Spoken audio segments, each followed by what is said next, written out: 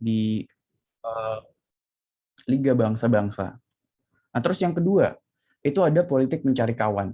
Nah, bisa kita pahami bahwa pada pasca Perang Dunia Pertama itu kan banyak sekali negara-negara yang mulai mencari kawan karena mereka takut akan terjadi perang yang begitu besar di kemudian hari, seperti Perang Dunia Pertama, yang pada akhirnya Kekaisaran Jerman, Kekaisaran Turki di Perang Dunia Pertama itu runtuh.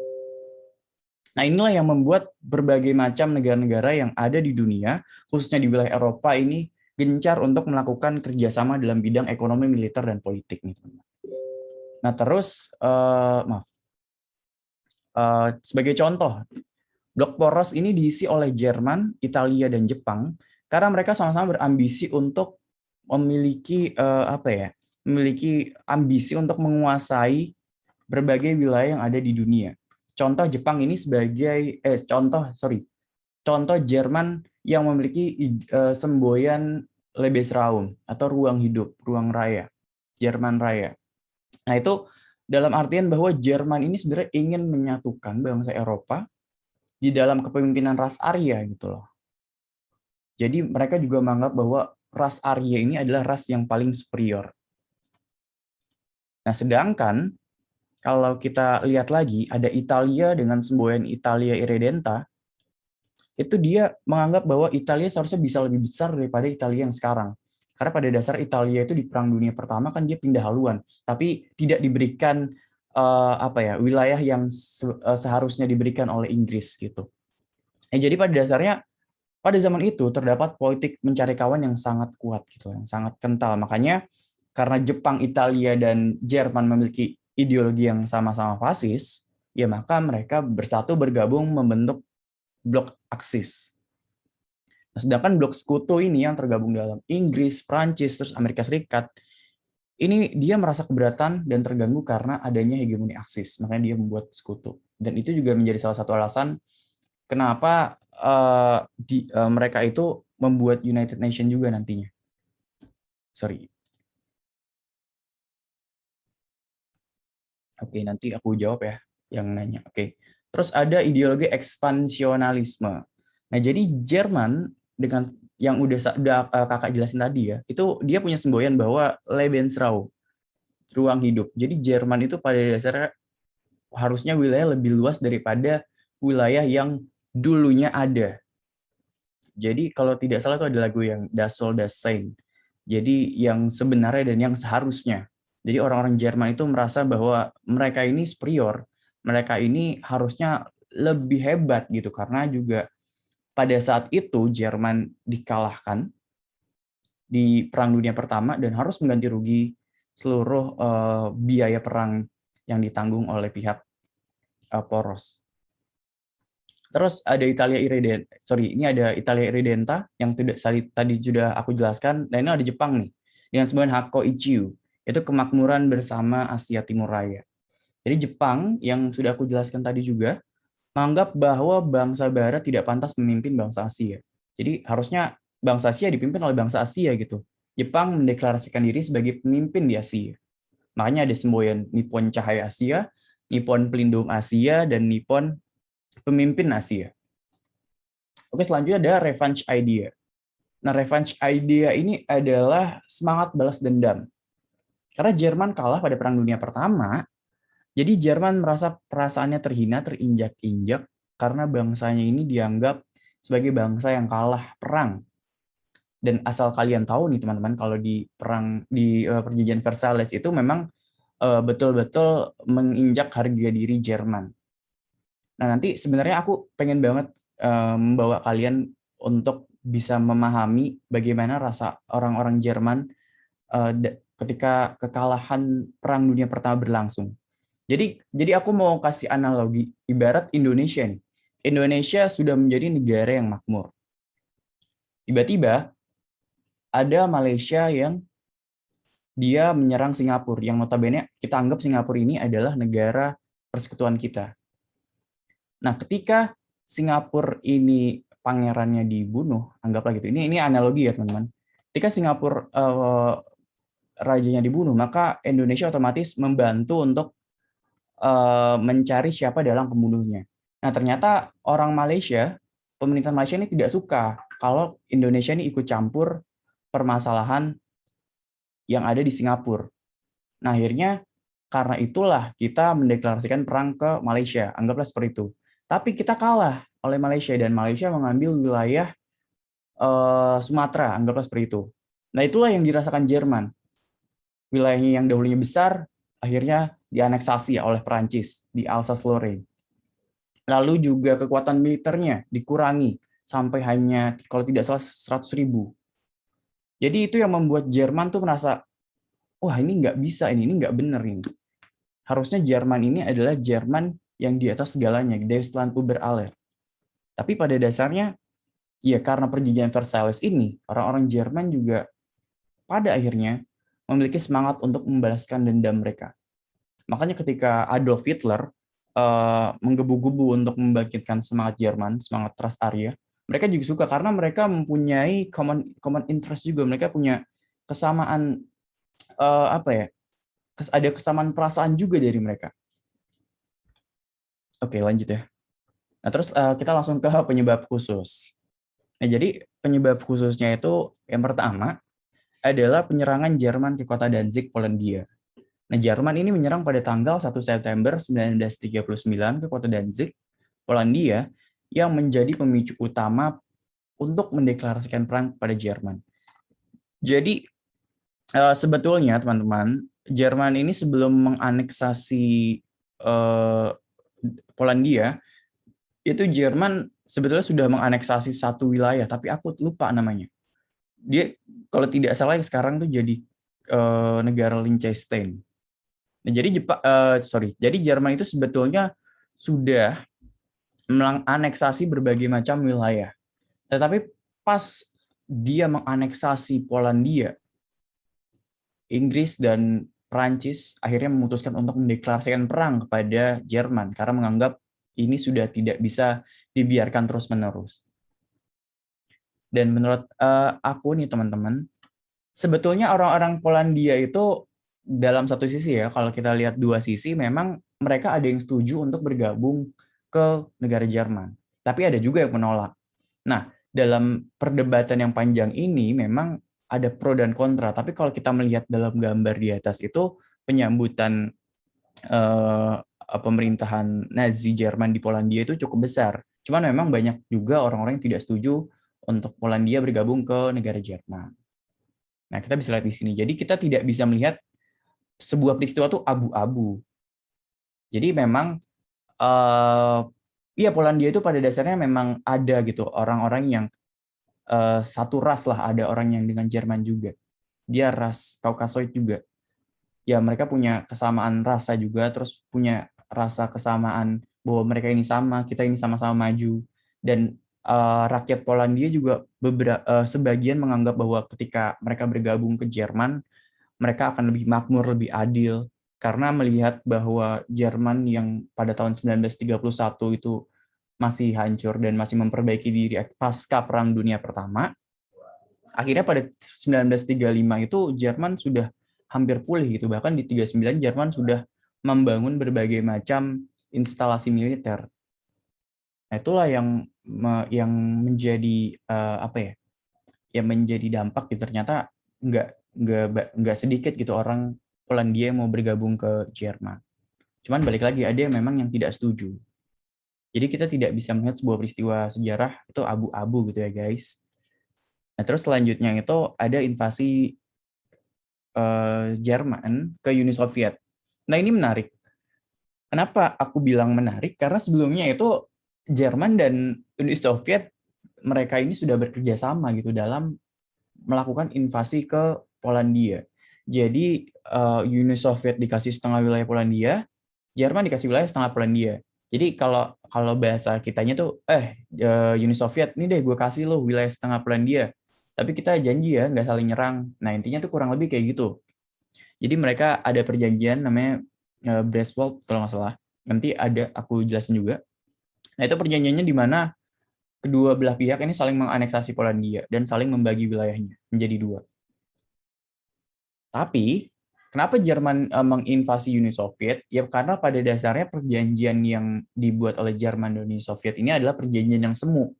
Bahkan Hitler sendiri beranggapan, oke, mungkin di sini ada yang belum tahu Hitler ya. Jadi Hitler sendiri adalah pemimpin dari Partai Jerman Nazi. Nah, bahkan Hitler sendiri ini mengatakan bahwa dia sangat benci sekali dengan kaum Bolshevik. Nah, kaum Bolshevik itu menurut dia adalah kaum yang diperdaya oleh kalangan Yahudi. Nah, mungkin kenapa sih Hitler itu bisa benci banget sama orang Yahudi? Nah, ternyata memang antisemit di wilayah Eropa, khususnya di Jerman itu memang sangat tinggi, apalagi pasca Perang Dunia Pertama. Karena kenapa? Karena ketika kita kalah perang, ketika kita dalam posisi inferior, maka kita butuh sesuatu untuk disalahkan. Itulah apa ya, behaviornya manusia itu emang udah perilaku manusia dari dulu. Kita tuh butuh sesuatu untuk disalahkan, dan kita jarang sekali untuk menyalahkan diri sendiri. Makanya antisemit di wilayah Eropa, khususnya di Jerman pada saat itu tinggi sekali. Dan oleh karena itu kenapa banyak sekali orang-orang yang mendukung Hitler. Padahal kalau kita tahu Hitler juga tidak bisa dibilang orang yang baik gitu loh. Dia juga kejam juga. Dia juga jelas-jelas menganggap bahwa Yahudi ini adalah ras rendahan. Tapi kenapa sih banyak banget orang-orang yang mendukung dia? Kalian kepikiran nggak sih? Kayak, kok bisa ya orang kayak gitu banyak yang dukung? Pasti ada faktor tertentu tuh yang membuat kenapa dia menjadi salah satu orang yang dipuja-puja. Ya, karena balik lagi gitu. Di zaman itu antisemit itu sudah sedemikian parah sampai-sampai ada orang yang membuat jargon politik dengan antisemit dan didukung oleh banyak orang. Berarti ada suatu tanda tanya besar gitu kan. Kenapa sih orang-orang kok menormalisasikan hal tersebut? Ya balik lagi karena Jerman habis kalah Perang Dunia Pertama. Nah, itu yang membuat antisemit itu sangat tinggi. Nah, Jerman akhirnya dia melakukan penyerangan terhadap Uni Soviet atau yang bisa kita kenal dengan Rusia sekarang dengan serangan Operasi Barbarossa pada 1 Juni 1941. Oh iya, maaf ya teman-teman kalau agak berisik soalnya di sini hujan. Oke, aku lanjut ya. Terus, nah Jerman ini pada awalnya mengira Uni Soviet ini adalah negara yang lemah gitu. Ini negara yang mudah deh kayaknya untuk diinvasi. Soalnya kan pas Uni Soviet invasi Finlandia aja itu bahkan nggak bisa. Terus Jerman tuh ngira kalau kita udah buka satu pintu di wilayah Soviet, anggap ini analogi ya. Kalau Jerman itu sudah buka satu pintu, maka pintu yang lain akan jatuh. Itu ibarat Uni Soviet itu ibarat rumah yang sudah rapuh. Tapi anggapan tersebut ternyata salah besar gitu loh. Ternyata memang Uni Soviet udah menyiapkan jauh-jauh hari juga, dan pintarnya Uni Soviet itu memindahkan berbagai macam pabrik-pabriknya di wilayah timur. Dan pada akhirnya Uni Soviet pun bergabung kepada Inggris dan Sekutu yang akhirnya dia mendeklarasikan perang kepada Jerman. Inilah titik balik kekalahan Jerman di Perang Dunia Kedua. Nah, ini langsung ada penyerangan Jepang ke Pearl Harbor ya pada tahun 7 Desember 1941. Jepang ini melakukan penyerbuan tanpa peringatan. Nih, ingat ya, di sini dia melakukan penyerbuan tanpa peringatan ke pangkalan armada Angkatan Laut Pearl Harbor di Hawaii. Nah, di saat itu juga Jepang menyerang Filipina yang dikuasain Amerika Serikat, dan Singapura, Malaysia, Hong Kong, dan bahkan Indonesia ya pada saat itu. Terus tanpa butuh waktu yang lama gitu. Memang dia serangan cepat juga mengikuti serangan yang dilakukan oleh Jerman, Blitzkrieg ya. Amerika Serikat dan Inggris pun akhirnya juga langsung menyatakan atau mendeklarasikan perang kepada kepada Jepang. Nah, sebetulnya terdapat alasan kenapa Jepang ini melakukan penyerangan terhadap ini share screen-nya full kan ya? Oh ya. Melakukan penyerangan terhadap wilayah-wilayah di Asia Tenggara. Ya, karena pada saat itu kita bisa tahu kalau di Asia Tenggara itu dikuasai oleh orang-orang Barat. Jadi kalau kita kembali pada peta tahun 1943, itu kita bisa melihat bahwa Malaysia, Singapura itu dikuasai oleh Inggris. Indonesia dikuasai oleh Belanda. Filipina dikuasai oleh Amerika Serikat. Di kawasan Indochina itu kayak Vietnam, Kamboja, Laos, itu dikuasai oleh Perancis. Jadi Jepang ini menganggap, kok bangsa Barat ini dalam tanda kutip munafik ya. Ketika kami menginvasi Manchuria, itu kami diberikan sanksi, diboikot minyak. Jadi ada pemboikotan minyak dari Amerika Serikat. Jepang ini merasa dirinya telah didiskriminasi oleh bangsa Barat. Nah, oleh karena itu Jepang dengan semangatnya juga, sebetulnya Jepang sudah tahu bahwa dia ini ya bakal kalah gitu. Dia udah tahu sebetulnya, cuman dia ngegambling lah. Memang ada kesempatan untuk Jepang menang. Cuman itu kemungkinan mungkin sangat tipis sekali. Itu aku juga udah pernah baca bukunya. Jadi ya kembali lagi gitu. Daripada Asia dipimpin oleh orang Barat, ya kenapa kita nggak coba? Kali aja kita bisa mempengaruhi orang-orang Asia Tenggara untuk mau berjuang bersama kita gitu. Bersama Jepang maksudnya. Nah, itulah yang ngebuat akhirnya pas Jepang ke Indonesia, itu kan banyak sekali organisasi-organisasi yang dibuat oleh Jepang gitu untuk seperti Kempetai, terus Seinendan, Keibodan, itu banyak sekali. Nah, iya mungkin selanjutnya. Oke, ini maaf. Oke, ini aku mau kasih tips and trick aja. Misal kalau ditanya nih, kapan Jepang melakukan penyerangan ke pelabuhan Pearl Harbor. Nah, ini kan 7 Desember 1941 ya. Nah, kalian ingatnya ini ya anggaplah ini Judes sepatu. Judes, maaf ya kalau jelek. Sepatu. Nah, Judes sepatu ini apa? Judes sepatu ini adalah singkatan dari 7 Desember 1941. Nah, biasanya itu ada soal-soal nih ditanya gini. Kapan Jepang melakukan penyerangan ke pelabuhan Pearl Harbor? Nah, itu biasanya ada tanggal-tanggalnya. Tapi kalian ingat aja nih, wah penyerangan Jepang ke Pearl Harbor itu Judes sepatu, 7 Desember 1941. Nah, itu cara lebih mudah untuk mengingat tanggal penyerangan Jepang ke pelabuhan Pearl Harbor. Gitu sih. Oke, selanjutnya jadi ada dua aliansi yang tergabung dalam Perang Dunia Kedua. Yang pertama ada Axis, atau yang kalau dalam bahasa Indonesia ini poros ya. Terus ada Sekutu nih. Sekutu ini sebenarnya ada banyak, cuman dia diisi oleh 4 negara besar yang memegang peranan sangat penting juga. Yang pertama ada Uni Soviet, ada Britania Raya, terus ada Amerika Serikat, dan ada Perancis. Lalu selanjutnya ada Italia di blok poros, tadi Axis, terus ada Jerman, lalu ada Jepang. Nah, ini cara mengingatnya juga sebetulnya gampang sekali nih. Misal kalian ditanya nih, sebutkan 3 negara anggota Axis. Nah, jadi kalian ingatnya itu ketiga ibu kota dari negara ini. Jadi ada Roma untuk menunjukkan si Italia, ada Berlin lagi tunjuk sorry Berlin untuk menunjukkan si Jerman, lalu ada Tokyo.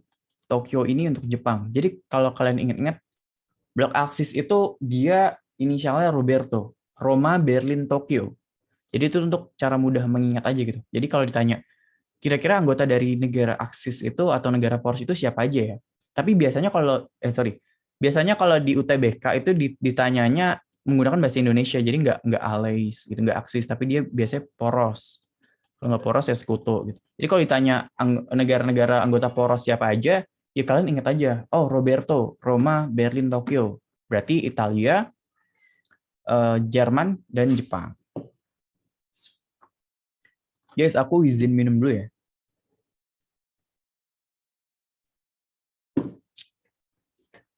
Oke, nah selanjutnya nih, kita bakal bahas blok Axis dulu nih. Ya kan kalau tak kenal maka tak sayang. Terus, nah blok poros ini adalah hasil upaya persekutuan dari 3 negara yaitu Jerman, Italia, dan Jepang. Untuk bersama-sama mereka menguatkan kepentingan mereka dalam politik ekspansionalisme. Maksudnya ekspansionalisme itu gimana ya, Kak? Jadi ekspansionalisme itu jadi mereka ini berusaha untuk mengekspansi dan memperluas wilayah mereka, wilayah kekuasaan mereka. Mereka menganggap bahwa mereka adalah yang pantas untuk memimpin. Itulah makanya kenapa Italia ada semboyan Italia Irredenta, Jerman di Deutschland über alles, atau yang Lebensraum itu, terus ada Hako Ichiu. Itulah karena mereka menganggap bahwa mereka pantas untuk memimpin. Terus selain itu juga di blok Aksis ini dia membuat fakta anti komunisme, di mana itu dilakukan oleh Jerman dan Jepang. Karena kalau kita bisa tahu nih teman-teman, kalau kita paham peta dunia, itu Jerman posisinya ada di wilayah baratnya Uni Soviet, sedangkan Jepang itu ada di wilayah timurnya Uni Soviet. Jadi secara tidak langsung sebetulnya Uni Soviet sudah terkepung oleh kelompok Aksis. Cuman ya pada saat Jerman menginvasi Uni Soviet, Jepang tidak membantu karena ya Jepang masih berambisi untuk menguasai wilayah Asia. Nah, terus di sisi lain terdapat fakta tripartit yang menghasilkan perjanjian untuk saling membantu apabila negara tersebut berperang dengan negara lain. Contoh nih, Jerman ini berperang dengan negara sekutu, contohnya Perancis. Maka otomatis Italia dan Jepang itu harus membantu karena dia sudah terikat dalam fakta tripartit. Nah, itulah yang membuat kenapa pada saat Jepang melakukan penyerangan ke Pearl Harbor, Jerman itu langsung otomatis mendeklarasikan perang ke Amerika Serikat. Terus juga akhirnya Jerman itu melakukan Totalitarian Krieg. Totalitarian Krieg itu ini ya teman-teman, kayak perang total. Jadi seluruh aset sumber daya manusia, baik dari negara maupun yang ada di masyarakat itu harus digunakan sebaik-baiknya untuk tindakan peperangan. Nah, kalau blok Ali atau sekutu ini adalah gabungan antara berbagai macam negara yang tergabung dalam United Nations, yang kita kenal sekarang dengan Perserikatan Bangsa-Bangsa. Nah, koalisi ini dibuat untuk menentang segala tindakan koalisi Aksis yang pada saat itu melakukan kebijakan ekspansionalisme. Nah, nanti kita bakalan melihat siapa aja sih yang kira-kira negara yang terlibat.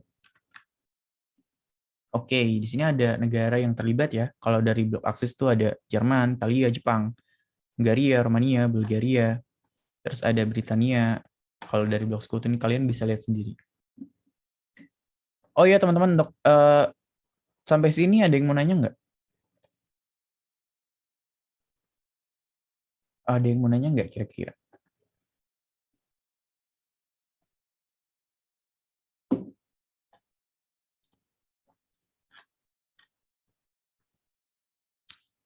Nggak ada ya? Belum ada ya? Oke, oh ada ternyata. Oke, aman. Oke, siap, siap.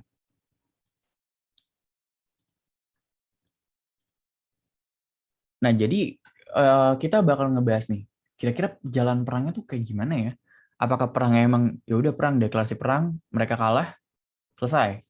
Apa gitu aja? Atau memang ada peristiwa-peristiwa lain yang mengiringi jalannya perang dari tahun 1939 sampai dengan tahun 1945? Nanti juga kakak bakal kasih beberapa ini ya, apa? Beberapa film yang cocok banget untuk kalian tonton untuk belajar juga nih dari Perang Dunia tuh sebetulnya apa sih yang terjadi dan seberapa parah dampaknya untuk dunia, khususnya untuk negara-negara yang terlibat dalam perang tersebut. Nah, jadi ada fase awal, terus menuju fase titik balik, lalu ada fase akhir. Di fase awal kita bisa lihat di sini yang sudah aku sebutkan tadi. Jadi pada tanggal 1 September 1939 itu Jerman melakukan penyerangan kepada Polandia. Nih. Jerman tuh melakukan penyerangan. Nah, ini anggap ini wilayah Polandia. Nah, tapi Jerman uniknya tidak melakukan penyerangan sendiri. Dia menyerang bersama-sama Uni Soviet. Tapi uniknya Prancis dan Inggris ini tidak mendeklarasikan perang kepada Uni Soviet. Ia hanya mendeklarasikan perang kepada Jerman. Nah, oleh karena itu Jerman dan Uni Soviet juga membuat fakta non-agresi, yaitu fakta Brest-Litovsk. Nah, itu menjelaskan kalau antara Uni Soviet dan Jerman itu tidak boleh atau ada jeda waktu tertentu untuk tidak saling menginvasi satu sama lainnya. Itu dulu tuh ternyata Jerman bersekutu dengan Uni Soviet, tapi pada akhirnya karena Jerman melanggar perjanjian dengan Operasi Barbarossa. Nah, Operasi Barbarossa ini nanti yang akan aku jelasin nanti. Intinya yang pada fase awal ini ya Jerman menyerang Polandia. Ingat kotanya kota Danzig, itu ibu kota Polandia. Oke, lanjut. Nah, masih di fase awal, pada tanggal 9 April 1940, Jerman melakukan serangan ke utara, yakni Denmark dan Norwegia. Kalau kalian tahu yang wilayah Eropa atas itu.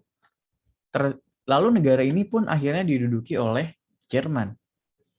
Nah, Jerman ini menggunakan taktik Blitzkrieg, taktik kilat, taktik perang kilat. Ingat, teman-teman. Tulisannya Blitz.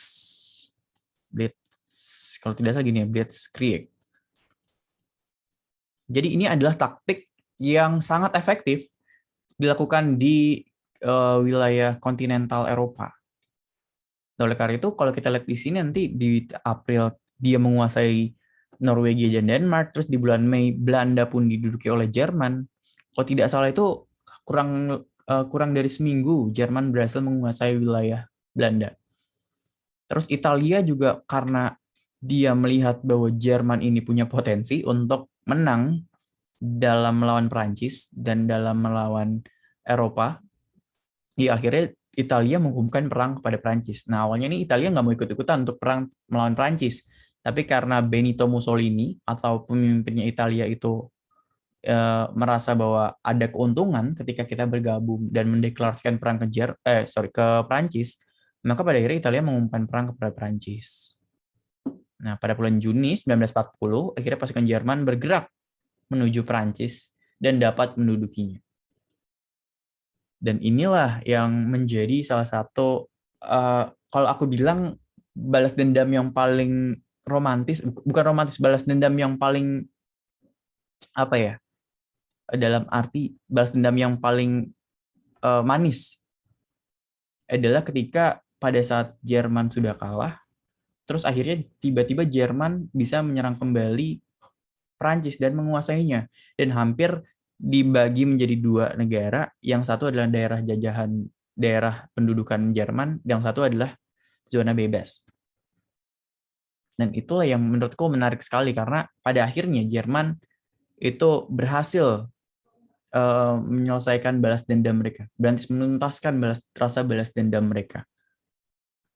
Oh iya, dan juga yang uniknya nih teman-teman, kalau kalian suka baca video dokumenter atau gimana gitu. Jadi di video dokumenternya itu apa? Di video dokumenternya itu Hitler menggunakan kereta yang digunakan pada saat Perang Dunia Pertama di Perjanjian Versailles ya. Perusahaan Perjanjian Versailles. Jadi Jerman khususnya Hitler ini dia ingin balas dendam lagi. Itu jadi dia menggunakan kereta yang lama yang dulu digunakan untuk mengisi dan menulis isi Perjanjian Versailles, dan pada akhirnya sekarang kebalikan. Jerman yang membawa kereta yang lama tadi, dan dia menginginkan untuk Prancis patuh pada Jerman. Dan makanya dibuat dua zona, ada zona visi, ada zona yang dikuasai oleh Jerman. Sorry, ini udah kelewat ya. Oke. Nah, jadi di fase awal ini masih nih, di tanggal 27 September 1940, Jerman, Italia, dan Jepang bersatu dalam perjanjian tiga negara, itu Roberto. Terus juga pada 2 Juni 1941, dengan bantuan Finlandia dan Rumania, Jerman menyerbu Uni Soviet. Dan selama 18 bulan, sebelumnya yang 18 itu yang perjanjian tadi, itu Hitler udah ada perjanjian untuk tidak saling menyerang. Tapi ya setelah 18 bulan perjanjian tersebut, akhirnya Jerman juga yang menyerang. Nah, ini ilustrasi dari serangan Jerman ke Uni Soviet melalui operasi Barbarossa.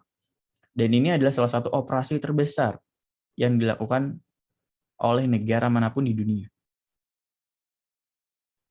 Walaupun Amerika ya, kalau kita lihat Amerika baik sekali, tapi Jerman ini mengupayakan seluruh sumber daya alamnya untuk menyerang Uni Soviet. Lalu di fase awal juga pada tanggal 7 Desember 1941, angkatan Jepang menyerang pangkalan angkatan laut dan angkatan darat nih harusnya ya. Angkatan laut dan angkatan udara. Jepang menyerang pangkalan militer Amerika Serikat yang berada di Pearl Harbor, Hawaii. Nah, serangan inilah yang akhirnya memicu keterlibatan Amerika Serikat secara langsung dalam Perang Dunia Kedua. Lalu Jepang pun memulai kampanye militernya di Asia Pasifik Raya yang mengalami keterlibatan Amerika Serikat lagi di wilayah-wilayah Asia Tenggara. Nah, kampanye militer Jepang di Asia Pasifik itu sebenarnya ya balik lagi yang sudah tadi aku bilang. Ternyata Jepang itu mau kalau dia yang mimpin bangsa Asia. Dan dia merasa diri dia tuh superior juga. Dia tuh di satu sisi kalau kita lihat baik ya, cuman ya kalau kita lihat apakah penjajahan Jepang itu lebih buruk daripada penjajahan Barat, aku bilang iya, Jepang lebih buruk. Karena dalam kondisi Jepang itu sebenarnya sudah mau kalah. Jadi Jepang ya mau nggak mau ya harus melakukan segala cara untuk memenangkan perang. Dan pada akhirnya juga kalah kan. Terus juga kalau kita lihat ada Fujinkai kalau tidak salah ya. Jugun Yanfu. Nah itu kan wanita-wanita yang awalnya katanya mau jadi dibantu lah atau diberikan pendidikan. Ya pada akhirnya hanya menjadi pemuas nafsu tentara-tentara Jepang. Oke, selanjutnya nih sudah fase titik balik. Nah, dikarenakan Jerman yang tadinya sudah melanggar perjanjian dengan Uni Soviet, maka Uni Soviet otomatis bergabung dengan pihak sekutu. Nah, karena hal ini blok sekutu diuntungkan karena pada saat itu kan blok sekutu terpojok ya. Prancis sudah dikuasai. Hanya tinggal Britania aja nih atau Inggris yang belum dikuasai karena kan dia daerahnya berbeda tuh. Nah, ini akhirnya karena Uni Soviet ke kubu sekutu, ya udah ada harapan gitu. Pemimpin Inggris juga bilang Winston Churchill, ya dia merasa senang gitu. Akhirnya Uni Soviet masuk ke dalam kubu sekutu. Nah, terus dalam pertempuran Stalingrad, nah ini Stalingrad ini pertempuran yang paling parah karena memang korban jiwanya banyak sekali. Stalingrad itu kalau tidak salah di daerahnya Uni Soviet. Aku lupa sekarang namanya itu apa.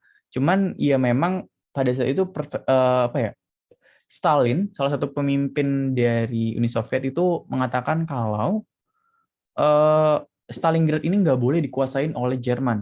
Mau gimana pun caranya nggak boleh. Pokoknya orang-orang Uni Soviet itu harus dikerahin, harus menjaga Stalingrad. Dan orang-orang Jerman juga dipaksa untuk menyerang dan menguasai Stalingrad. Nah, pada akhirnya ini menjadi pertempuran yang paling sadis dan paling berdarah sepanjang dunia. Bukan sepanjang dunia lagi, sepanjang peradaban dunia. Nanti mungkin teman-teman bisa nyari tentang pertempuran Battle of Stalingrad. Ini ya. Nah, inilah perang ini juga lah yang menentukan menang kalahnya Jerman dalam Perang Dunia Kedua. Lalu juga Jepang ini di Battle of ada di pertempuran Laut Coral dan Battle of Midway di mana Jepang itu kalah menjadi titik balik dalam Perang Pasifik. Nah, 4 kapal induk Jepang ini ada Akagi, Kaga, Soryu, dan Hiryu ini tenggelam dalam pertempuran Midway. Lalu selanjutnya Jerman ini menderita kekalahan di El Alamein dekat Alexandria dari pasukan Inggris yang dipimpin oleh Robert Montgomery dan Alexander. Jadi Jerman itu yang awalnya dia menguasai dari front Afrika, front Eropa dia menguasai juga, cuman di front timur juga sebetulnya di awal fase-fase penyerangan ke Uni Soviet, tapi pada akhirnya Jerman kalah juga. Karena kenapa? Karena memang kurangnya sumber daya yang Jerman miliki. Terus ada fase titik balik lagi nih. Nah, nanti ada namanya operasi Overlord atau D-Day yang menjadi bagian dari operasi titik balik sekutu dengan Jerman. Ini J-nya besar ya. Dengan Jerman yang telah menguasai Eropa Barat. Nah, sebetulnya kan yang tadi tuh yang peta dari Jerman yang sudah menguasai Prancis itu kan jelas ya. Terlihat bahwa Jerman hampir setengahnya tuh wilayah dibagi. Cuman Inggris dan Amerika Serikat ini melakukan apa ya, strategi untuk bagaimana caranya Prancis ini bisa bebas dari cengkraman Jerman. Nah, pada akhirnya dilakukanlah serangan operasi Overlord ini yang dilakukan pada 6 Juni 1944 di Normandia. Nah, ini diawali dengan serangan 1.200 pesawat, pasukan lintas udara, terus juga ada amfibi, hampir 160.000 juga orang yang turun. Dan kalau kalian mau tahu gimana sih pendaratan itu, kalian bisa banget nonton ini. Ini betul-betul sangat relate dengan kejadian yang ada di Perang Dunia Kedua. Dan ini aku saranin banget kalian untuk nonton film ini. Kalau memang kalian mau belajar gimana sih Perang Dunia Pertama tuh, Perang Dunia Kedua tuh kayak siapa aja sih, apakah bener Jerman itu kejam atau gimana ya? Nah, kalian coba tonton ini. Ini aku cukup bagus untuk ditonton. Ya, terus di fase akhir, nah, sejak Jerman dipukul mundur di Stalingrad tadi pada 19 November 1942 oleh tentara Rusia, ini tentara Uni Soviet ya, karena Rusia ini udah diganti dengan Uni Soviet, USSR. Jerman harus keluar dari Rusia, dan bahkan daerah yang dahulunya nih dikuasai oleh Jerman itu lama-kelamaan akhirnya dikuasai telah diambil kembali oleh Uni Soviet, karena Uni Soviet juga menyerang balik tuh. Terus ya Hitler pada akhirnya dia melakukan aksi bunuh diri pada 30 April 1945 karena dia menganggap Jerman sudah kalah, karena hampir tentara Soviet itu menguasai wilayah Berlin. Dan kita bisa lihat nih di sini, bahkan kota Berlin yang awalnya sangat megah dan sangat luar biasa besar, ya pada akhirnya hancur karena ketamakan mereka sendiri. Sebetulnya kalau Jerman tidak berambisi untuk melakukan ekspansionismenya, ya Jerman bisa-bisa saja menjadi negara yang sangat makmur. Tapi kembali lagi, ternyata ya ambisi dan kesombongan mereka yang membuat mereka hancur sendiri. Dan ini dirayakan juga nih di Rusia menjadi hari kemenangan, Victory Day. Nah, terus di fase akhir juga karena Jerman pada saat itu sudah kalah, karena memang dia di pertempuran Stalingrad kalah, terus juga berbagai macam kekalahan di front barat, terus ada di front timur. Di front timur kan kalah oleh Uni Soviet, di front barat ada Normandy yang ini. Terus juga di pertempuran Afrika juga kalah. Iya, pada akhirnya Jerman memutuskan untuk menyerah di Perang Dunia Kedua. Nah, nanti tinggal tinggal sisa Jepang dalam mempertahankan kekuasaan dia. Karena Jepang ini masih belum mau menyerah nih. Nah, pada akhirnya pasukan Amerika Serikat berhasil menghancurkan Kaigun Jepang. Nah, Kaigun ini adalah angkatan lautnya Jepang ya. Nah, Jenderal MacArthur dan Laksamana Chester Nimitz secara berturut-turut dia berhasil menduduki Filipina di tahun 1944, terus di Iwo Jima dan Okinawa itu di tahun 1945. Terus juga pada akhirnya pada tanggal 6 dan 9 Agustus 1945, Jepang melakukan serangan ke dua kota besar yaitu Hiroshima dan Nagasaki. Dan pada akhirnya itulah yang membuat Jepang menyerah tanpa syarat ke Sekutu pada tanggal 14 Agustus 1945. Nanti Jepang menandatangani perjanjian di atas kapal perang USS Missouri di Teluk Tokyo pada 2 September 1945.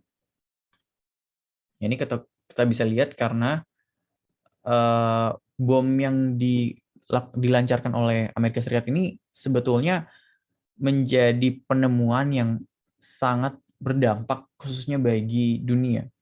Karena sebelum adanya perang dunia itu nggak ada namanya bom nuklir, nggak ada namanya bom atom, itu belum tercipta. Dan ini baru tercipta itu kalau tidak salah di tahun 1994 dan 1944 itu baru ada konsepnya. Tapi di 1945 sudah dibuat. Dan itu sebetulnya Jerman sudah mau membuat bom atom itu, tapi ya belum ada ilmuwan Jerman yang mampu membuatnya. Dan salah satu ilmuwan yang membuat bom atom ini kalau tidak salah Robert Oppenheimer. Terus ada salah satu juga yang dia dari Jerman, aku lupa deh. Nanti mungkin kita bisa bahas lagi. Nah, terus ada dampaknya nih, teman-teman, mengenai dampak bidang politik, bidang sosial, dan bidang ekonomi. Oke, sebelum ini ada yang mau nanya nggak? Gak apa nih guys, nanya aja nggak apa-apa. Bebas ya, nanyanya juga.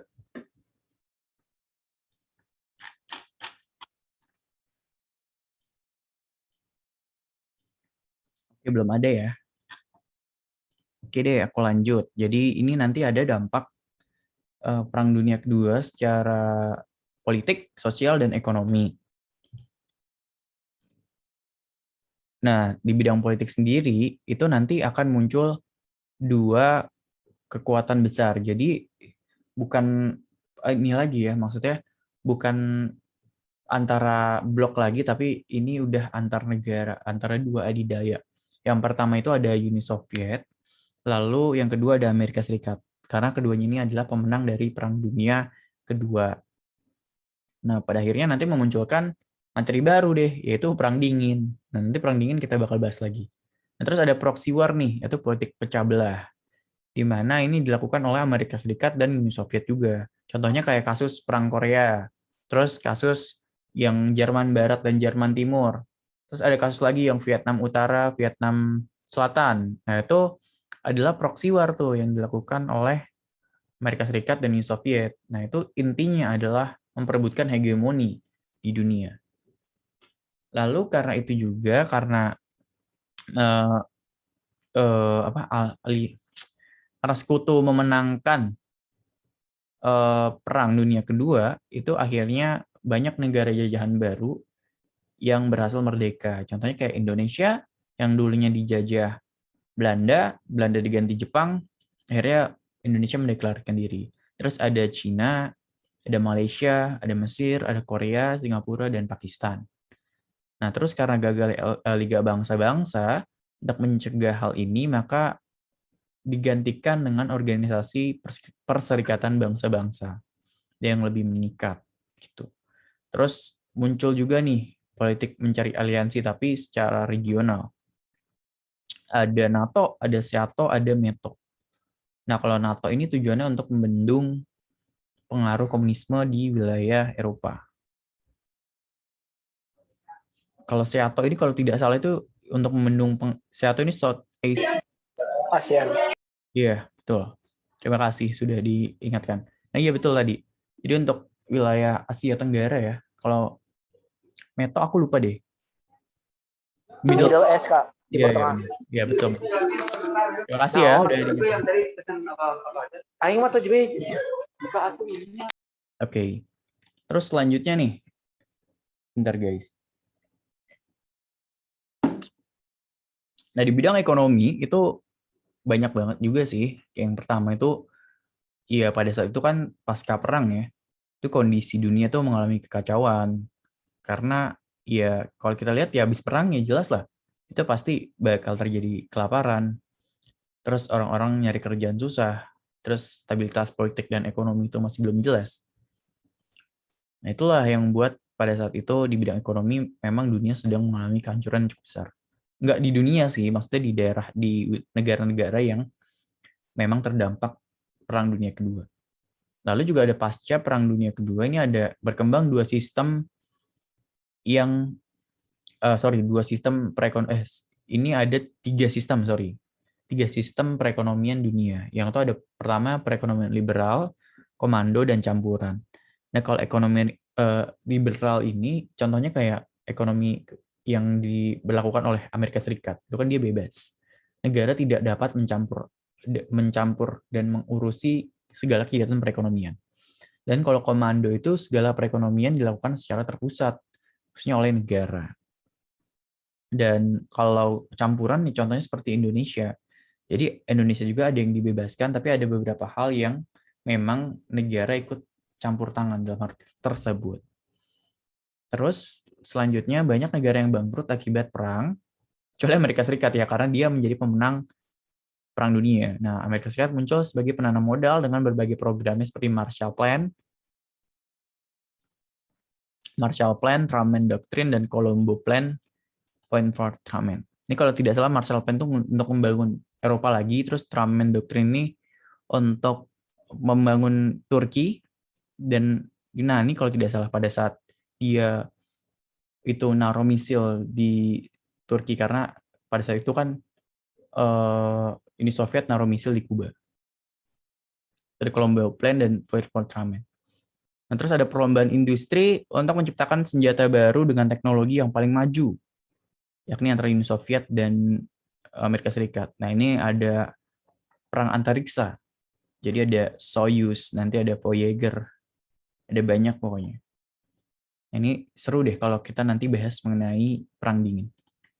Oke, selanjutnya nah, kalau untuk bidang sosial sendiri, nanti PBB membentuk United Nations Relief Rehabilitation Administration yang diharap dapat membantu penduduk yang menjadi korban dalam Perang Dunia. Nah, ini tugas-tugasnya dia kayak mendirikan rumah sakit, memberi makan orang yang terdampak,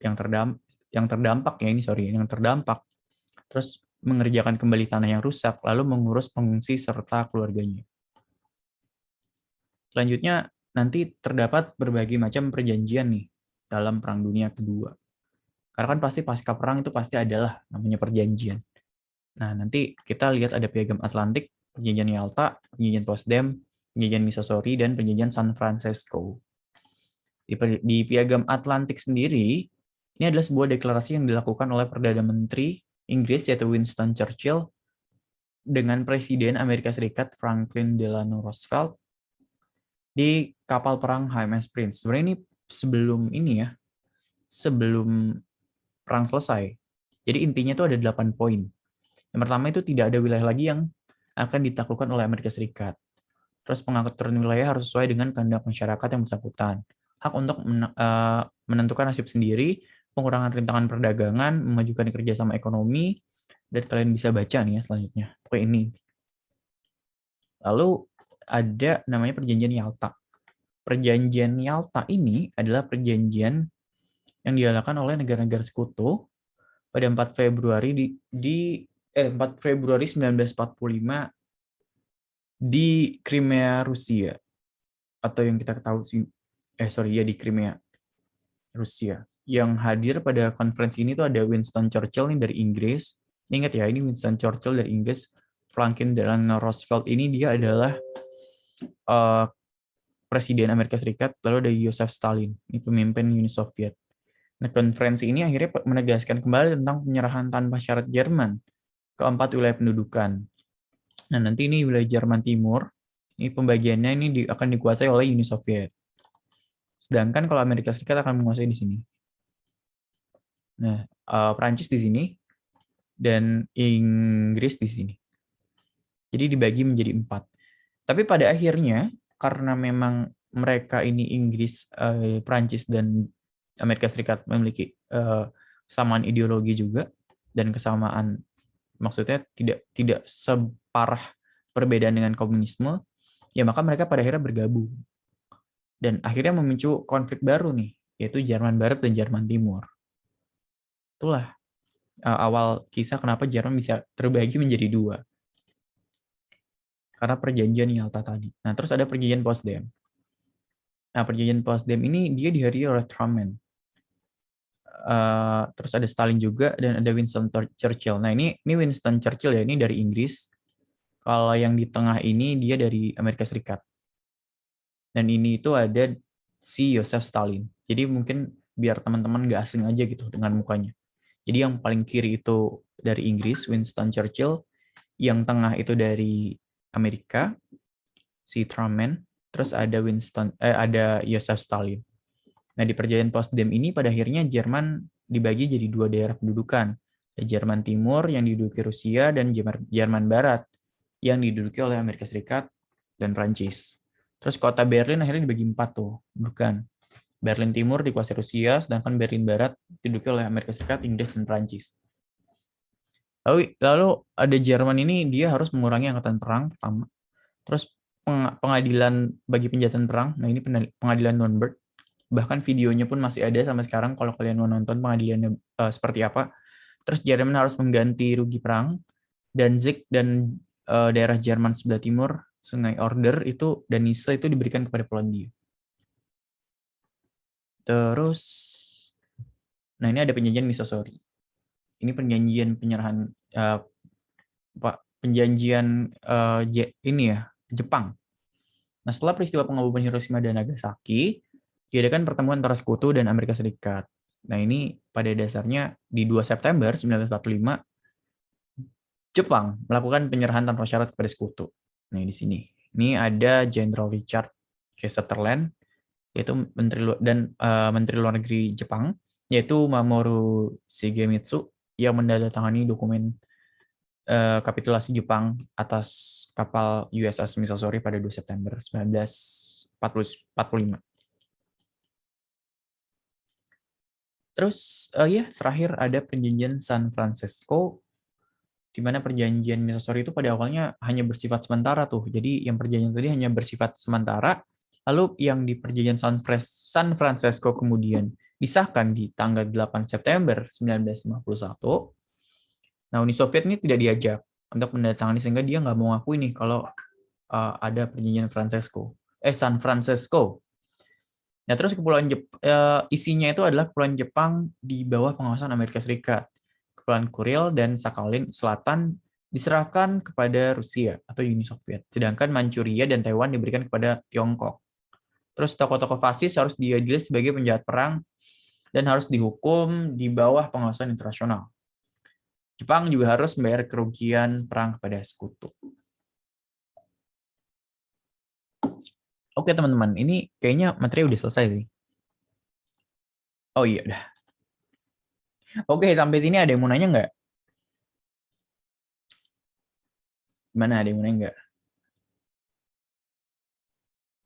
PPT-nya nanti di-share di mana? Oh, ada kok, nanti di-share di drive-nya Growtika. Oke, aku mau jawab dulu nih. Tadi kalau nggak salah ada yang nanya deh. Sebentar ya. Kak, kenapa Jepang pindah haluan? Maksudnya gimana nih? Apa sebetulnya Jepang itu sampai dia kalah, sampai dia dibom itu dia belum pindah haluan dari Perang Dunia Kedua, itu belum. Kecuali mungkin yang kamu maksud itu ini kali ya, apa Italia. Nah, Italia itu di Perang Dunia Pertama itu dia pindah haluan karena dia diiming-imingi oleh Inggris, katanya akan dikasih wilayah gitu. Oh tadi kan, oke. Halo Kak, aku mau tanya, kenapa perwakilan Prancis ikut konferensi setelah Perang Dunia?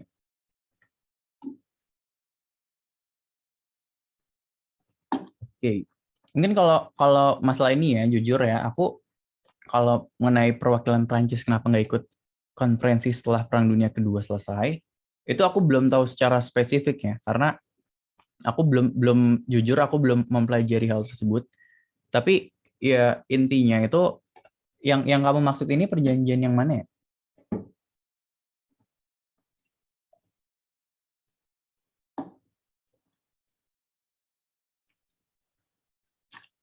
Soalnya aku belum terlalu ini sih, maksudnya kalau yang spesifik kenapa dia gak ikut, ya aku nggak bisa jawab gitu.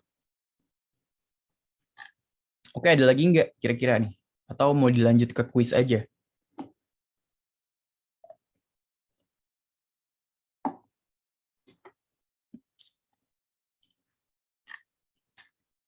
Udah nggak teman-teman? Mungkin mau nanya kayak, Kak UTBK tuh soalnya kayak gimana sih? susah nggak, gampang nggak? Atau misal, Kak, kenapa sih? Oh, untuk sekarang nggak. Oke, oke. Untuk cara nangkep belajar, oke. Cara nangkep belajar sejarah sampai paham gimana, Kak? Oke, oke, oke, oke. Oke, oke. Tips belajar sejarah gimana, Kak? Oke. Oke, teman-teman. Jadi sebetulnya kalau aku sendiri tuh pada dasarnya kadang tuh malas untuk membaca ya. Karena kan sejarah tuh banyak banget tuh. Aku jujur ya, kalau sejarah tuh memang cakupannya banyak banget tuh. Tapi kadang yang dikeluar di UTBK tuh yang benar-benar beda banget gitu. Maksudnya nggak kita ekspektasi bakal keluar itu. Contoh kayak di UTBK kemarin itu, aku udah belajar sampai detail banget. Sampai kayak, wah ini pasti keluar nih. Ternyata yang keluar tuh cuma basic-basicnya aja. Dan kadang yang basicnya itu kita lupa. Nah, jadi kalau aku belajar sejarah itu biasanya nonton. Iya, iya yang basic-basicnya. Contoh kayak yang basic-basic tuh pas kemarin itu tentang ya kayak kapan Syarikat Islam itu berdiri, nah siapa pemimpinnya. Nah kayak gitu yang basic-basic itu loh ternyata yang keluar. Jadi yang khususnya tuh kadang nggak ada kapitulasi tentang. Oh ini yang ini ya tentang eh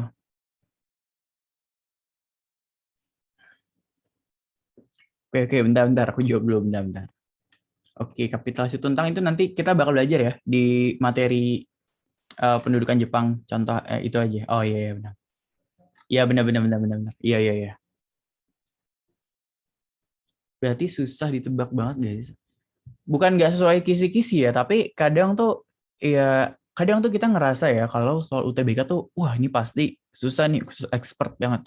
Tapi nyatanya ya biasa aja gitu. Ternyata nggak sesusah itu. Itu kayak hanya karena pemikiran kita aja. Kalau kata aku ya guys, kalian kalau punya buku kuning itu wajib banget kalian punya deh. Kalian tahu buku kuning nggak? Kalau buku kuning yang SKS itu, ya. Nah, iya benar. Nah, buku kuning SKS itu hampir, dan aku bisa bilang ya, itu hampir 80% semua materi dari situ.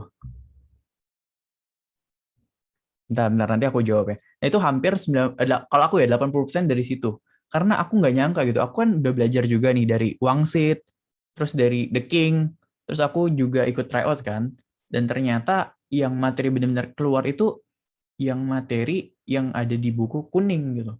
Jadi ada beberapa yang memang, wah gila sih. Itu aku kayak mikir, kenapa nggak belajar dari buku kuning aja gitu. Kayak sia-sia banget nih gue belajar banyak banyak banyak materi ternyata yang keluar itu aja. Apalagi yang kemarin itu kalau nggak salah cuman 15 soal.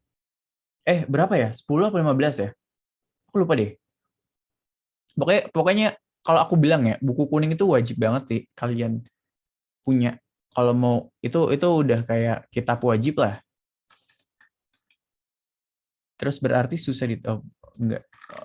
Oke, ini tadi udah. Terus Kak, apakah ada kesempatan untuk nggak bimbel tapi masuk ke top 3? Bisa banget. Aku ini nggak ini ya, aku nggak bimbel ya. Aku ini bimbelnya itu di Pamify. Kalau kalian tahu di tryout, sorry ya, ini nyebut nama ya, ini sorry banget. Cuman kalau kalau kita mungkin lebih santai aja gitu gue. Cuman kalau aku tryout di Pamify itu aku ngerasa kayak ada progresnya gitu loh.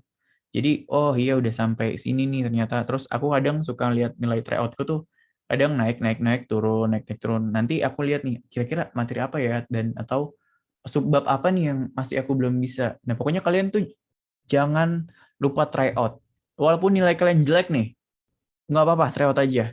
Nanti kalian terbiasa.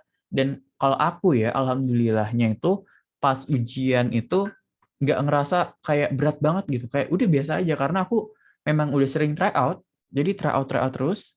Dia aku ngerasa oh ini udah biasa. Terus apalagi soal-soal kemarin tuh ternyata kebanyakan basic. Apalagi ya sejarah sih basic sih terus kayak tentang ini nih. Yang ditanyain itu aku tentang manusia purba. Manusia purba itu ditanyain eh, manusia purba tertua di Indonesia tuh siapa? Yang paling tua? Yap. Kenapa? Sorry.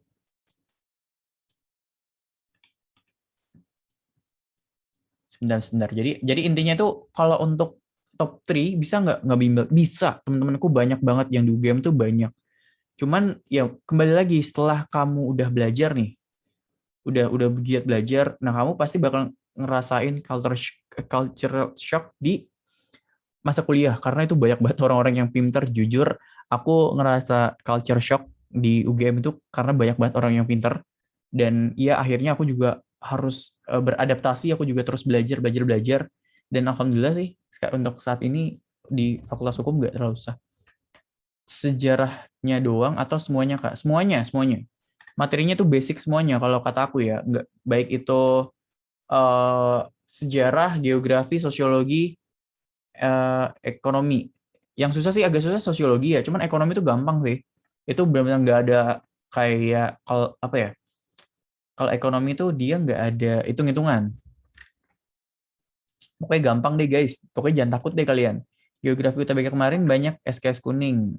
Asli nyesel banget. Oh iya benar-benar banyak. Nggak sponsor, cuman eh gimana ya? Aku ngasih tahu aja gitu ke kalian kalau ya ini emang bermanfaat banget gitu karena kan tujuan aku buat Growtika itu kan untuk ya memaksimalkan potensi remaja yang ada di Indonesia gitu. Kak Fatur belajar UTBK dari mana? Aku belajar UTBK kalau nggak salah tuh dari uh, Juli, kalau nggak salah Juli Agustus September itu dapat buku wangsit karena dia harus pre-order dulu. Nah, pokoknya Januari itu aku udah mulai TO dan itu fokus. Ingat guys, kalian yang kelas 12 itu jangan pernah bilang gue belajar di semester 2. Jangan. Semester 2 itu sibuk parah. Parah. Pokoknya harus dari semester 1 deh. Kalau semester 2 tuh wah gila sibuk banget. Kali aja mau beli kuning. Oh iya. Sebenarnya aku ada buku sih, banyak sih, cuman nanti deh aku lihat. Oke, Kak Fata tryout dari MIPI atau dari oh iya aku dari PAMIPAI sama dari ini sorry ya ngomongin nama lagi, tapi nggak apa deh. Dari PAMIPAI sama dari Eduka. Tapi kalau menurut aku Eduka tuh susah banget soalnya. Mending dari PAMIPAI aja. Kak, etika profesi hukum di UGM semester 1. Belum ada etika hukum karena kakak ini hanya 7 mata pelajaran dan etika hukum itu kalau nggak salah di semester 2. Yang ada tuh sekarang hanya bahasa Indonesia hukum, pengantar hukum Indonesia, pengantar ilmu hukum, terus eh, kewarganegaraan, agama, sama apa ya? Oh, sama ilmu negara. Kak, kapan-kapan tuh Kak, kapan ada tutorial sejarah lagi? Nanti lihat di ini aja ya. Kak, dosen UGM galak nggak? Enggak sih. Ada yang galak. Cuman galaknya enggak segalak kayak killer banget gitu. Enggak gitu. Galaknya ya karena kitanya yang salah gitu. Kitanya yang enggak hafal. Biasanya kan kalau kalau di SMA itu kan kita yang ngasih tentang apa ya? Maksudnya kita yang dikasih kalau di SMA itu kita yang dikasih guru materinya. Tapi kalau di kuliah itu kita yang harus nyari sendiri gitu. Jadi dosen hanya sebagai fasilitator. Jadi dia kasih, ya udah kamu belajar, kamu kamu kalau dikasih waktu sekian nggak belajar ya udah kamu out gitu, kamu bakal nggak bisa. Pokoknya intinya harus belajar mandiri sih, itu harus dimulai dari PIH. Udah sampai mana Kak? PIH udah sampai eh, ini apa, klasifikasi hukum udah. Oke, amin. Kak, skor UTBK berapa? Aku kemarin itu 703. Oke, iya amin. Semoga lancar. Ya pasti lancar lah guys. Kalau kalian pede, insya Allah lancar kok. Oh, nih aku ini sebetulnya di UTBK itu nggak pilih UGM. Aku pilih Undip, komunikasi sama Unpad, ilmu pemerintahan. Nah, terus aku juga ikut UTUL UGM. Nah, di UTUL UGM ini aku masuk di Fakultas Hukum. Di UTBK juga aku juga masuk di ini komunikasi Undip. Dan pokoknya yang terakhir itu aku bilang ke kalian, ini worth it banget kalau kalian ngejar dari sekarang gitu. Kalian memang rasanya capek. Aku juga pas dulu belajar kayak, wah gila capek banget belajar kayak gini. Gitu. Kayak bener-bener, aku tuh pernah sampai stuck gitu loh. Kayak, ini kok kayak nggak bisa-bisa ya. Kayak, kenapa ya ini materinya susah banget. Kayak, wah aku sampai benar-benar pusing banget sih sampai di situ. Terus kayak oh yaudah nggak apa-apa kayak ada satu quotes nih yang aku pengen kasih ke kalian kayak pelaut yang tangguh itu tidak terlahir di lautan yang tenang. Terus itu aku buat ke aku ya, oh iya ternyata kalau emang kita mau dapat top 3 atau dapat yang top 5 itu ya harus berjuang gitu. Kalau nggak berjuang, ya nggak bakal bisa. Jadi menurut aku ini worth it banget kalau kalian belajar. Pas kalian keterima itu rasa capek kalian selama kalian belajar 3 bulan atau 6 bulan sebelumnya itu terbayarkan sih. Itu benar-benar sih. Aku jujur ngerasain itu banget. Oke, udah nggak ada yang nanya lagi nih. Mau aku lanjut nggak ya? Mau aku lanjut ya, guys? Apa gimana? Oke, lanjut. Oke. Nah, mungkin kalau rekomendasi film, aku belum aku masukin ya. Jadi ini gampang deh, nanti aku kasih aja listnya setelah ini ya. Setelah PowerPoint-nya ditaruh di Drive. Nanti kalian tinggal download aja. Nah, terus nih ada kuis nih. Imperialisme baru berkembang menjelang Perang Dunia Kedua, ditandai dengan adanya slogan. Nah, ini ada soal kayak UTBK ya. Misal kayak kalau A itu A, B, C, D, E. Ini tuh 1, 2, 3. Ini 1 dan 3. Ini 2 dan 4. Ini 4. Ini betul semua. Ini kalau nggak salah soal UTBK kayak gini. Nah, menurut kalian, ini jawabannya apa? A. Oh, oke. Ada yang jawab A. Oke, ya betul bang. Oke. Oke guys. Ya betul ya. Ini karena udah baik banget yang jawab A. Ya benar jawabannya A. Koichiyo. Ini Jepang. Ini ada Lebensraum dan Italia Redenta. Kalau Freeport nggak. Jawabannya A. Nah soal UTBK tuh kayak gini guys. Jadi kalian harus biasain untuk belajar soal UTBK. Oke, yang kedua. Chauvinisme berlebihan seperti yang dilakukan oleh Nazi dan fasis yang menyebabkan pecah perang dunia dijalankan oleh ayo. Oke, ada yang jawab D. Oke.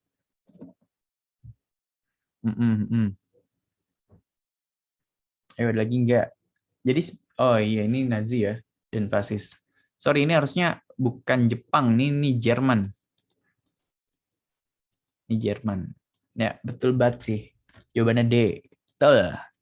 Karena kalau Jerman Nazi itu kan ya dia dari Jerman, sedangkan kalau fasisme itu Italia. Lanjut. Kak mau Nah, nanya Kak, ini ya, silakan. kalau Boleh. nggak salah ada ya kayak ini apa namanya paham yang gini. Ya, kenapa? eh Aduh saya lupa tadi mau nanya apa. Dia nggak apa-apa. Aduh. Lanjut. Nggak apa-apa. Nanti kalau ingat langsung tulis aja atau langsung on mic lagi ya. Oke, ini yang tadi nih, yang udah aku ingetin nih. Jepang menyerang Pearl Harbor, pangkalan Amerika Serikat, itu pada tanggal berapa ya? Oke. Oke, D. Oke, mantap. Gila, berarti di sini benar-benar semua pasti sejarah harusnya dapat nilai 1000 ya. Oh, kemarin tuh aku sejarah dapat nilai 913 kalau nggak salah. Itu cuma salah satu, tapi aku nggak tahu tuh salah di mana karena aku juga bingung deh salahnya di mana. Pokoknya kalian pasti bisa lah. Nggak terlalu susah. Yang penting buku SKS tuh dikuatin banget. Kalau kalian kuat buku SKS, aku jamin kalian pasti dapat 800. Aku nggak bohong. Oke, bener ya. Ini jawabannya D. Judes Sepatu, 7 Desember 1941. Lanjut. Ada lagi nih. Awal meletusnya Perang Dunia Kedua di kawasan Asia Pasifik ditandai dengan ayo, apa ini? Nah, ini soal UTBK kadang tuh kayak gini, ada yang gampang banget, ada yang mudah, ada yang susah banget. Biasanya aku yang susah tuh kemarin matematika sih. PK, sorry. Oke, ada yang jawab D, Sinchan, ada yang bisa jawab D. Bam jawab D, oke. Avo, Lang jawab D juga. Ya, betul ya, jawabannya D. Ini di Asia Pasifik nih. Ingat. Kalau di Eropa itu baru dia penyerangan ke Danzig, Polandia. Nah, nih lanjut. Agresi militer Jerman berdasarkan doktrin apa ya? Kalau Jerman tadi. Oke, Oke, oke, oke, oke. Gila. Keren, keren, keren, keren. Pada pinter-pinter semua emang. Auto 800 deh, insya Allah. Ya, betul ya. Lebensraum. Jerman Raya. Tuh. Oke, negara yang keluar sebagai pemenang Perang Dunia Kedua. Italia Irredenta tuh Italia Raya. Jadi contohnya kayak Indonesia Raya. Jadi raya itu maksudnya dalam artian besar. Oke, C, C, C, C, C, C, C, C. Oke, Diva. Avo, oke, betul ya. Teman-teman, jawabannya C. Ya, sebenarnya soal UTBK tuh kayak gini gitu. Jadi, kalian tuh nggak usah mikir kayak, wah gila susah banget pertanyaannya pasti spesifik. No, enggak. Karena pihak LTMPT juga mikir lah. Kayak nggak semua orang di dunia itu, nggak semua orang di Indonesia itu mampu belajar sampai spesifik itu. Jadi dia mengambil jalan tengah gitu. Yang penting kayaknya ini ada di buku dan ini kayaknya masih bisa general dan orang-orang masih paham. Dan iya, nggak terlalu susah kok. Iya, yang tegang itu. Jadi biasanya tenang aja, tenang gitu. Pas awal-awal tuh emang tegang banget sih. Kayak itu kan pas mau UTBK kan biasanya ngumpul dulu ya, baris, terus diem. Suruh nunggu nunggu masuk ke ruangan. Nah itu yang emang tegang. Cuman tenang, yang penting tenang. Pokoknya kalian jujur ya, jangan bawa HP dimatiin. Yang penting kalian fokus. Aku yakin hasilnya bisa maksimal. Oke, ini ada yang terakhir. Berikut ini adalah, oh ya ini ada linknya ya. Jangan lupa nanti kalian kasih feedback nih gimana aku ngajarnya apa udah oke kah atau emang ada yang mau ditambah atau aku bahasnya terlalu serius gimana. Oke, ini yang jawab C. C karena C itu cinta. Oke. Ini aku tahu deh siapa ya? Oh, Privat Alpha Is. Ya Allah. Ya. Aku dulu nonton tahu, sumpah. Kita emang sama-sama guys. Sebenarnya kita kan nggak beda jauh. Ya, betul. C. Ada yang jawab C. Ya, betul. Ya, benar ya guys. Jawabannya C. Amerika Serikat, Inggris, dan Prancis. Ini termasuk blok sekutu. Oke, itu aja sih teman-teman. Sebetulnya aku mau mohon maaf kalau memang ucapanku, perkataanku, atau selama aku ngajar banyak kesalahan atau buat kalian malah makin pusing gitu dalam belajar. Oh iya, terus juga aku minta maaf kalau memang iya ada kesalahan atau gimana, mungkin ada perbedaan pendapat gitu kan. Ya aku juga minta maaf juga karena aku juga manusia kan. Tapi kalau mungkin kalian ada pertanyaan seputar UTBK atau seputar sejarah itu bisa banget sih langsung chat aku di, kalau aku kan main Twitter ya, kalian bisa di chat di Kadal Salto, kalau enggak di Instagram aku di @mfaturiski itu nggak apa-apa banget. Aku terbuka kok untuk kalian.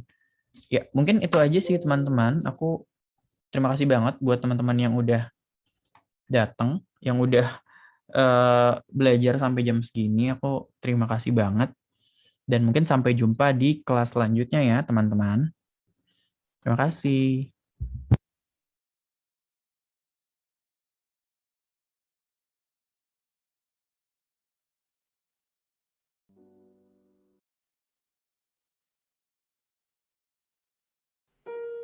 Jangan lupa isi feedbacknya ya, teman-teman. Oke. Terima kasih. Sama-sama.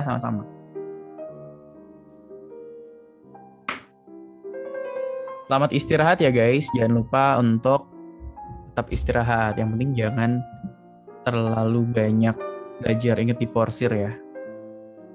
Ayo guys, kalian pasti bisa. Semangat.